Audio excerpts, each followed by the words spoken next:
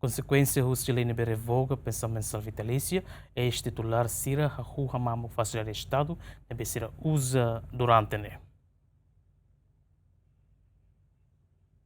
Durante ne estado prepara residência e a farol ba ex-titular sira. Tua observação GMN, ex-titular balon, hahu hamamuk facilidade pública, anesan uma nebe estado oferece basira. Tua informação, ex-primeiro-ministro Taur Matanruak, hamamuk ona escritório e a farol, e a loron domingo ne, o de muda fali ba residência privada e a meteout. E a moça informação nebe GMN acessa, ex-primeiro-ministro Maria Alcaterimos, muda ona sassam balon husi farol, Bania residência e a praia dos coqueiros. Do presidente da República, José Ramos Horta, Estado será que obriga ex-titular sira a imediatamente husiquela residência e a farol.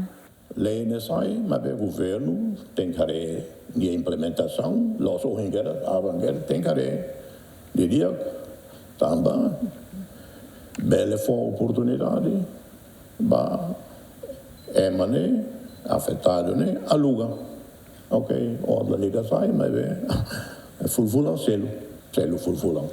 Ou, se é minha ação, minha raça, ou se empresta em banco, só sabe propriedade, né? E a dele lá, uma antigo balão, uma Estados Unidos, mas tempo indonésia, se irá tiona, mas que fan tiona, Ministério da Justiça fan tiona, né? Não é normal, mas é halo. Mas o governo tem que suca de dia, halo diálogo, para tratar líder sira, veterano sira ou dignidade. Presidente da República José Ramos Horta promulga uma lei nebe revoga pensaun mensal vitalícia para ex-membro do governo, ex-deputado no ex-titular sira husi órgão soberania.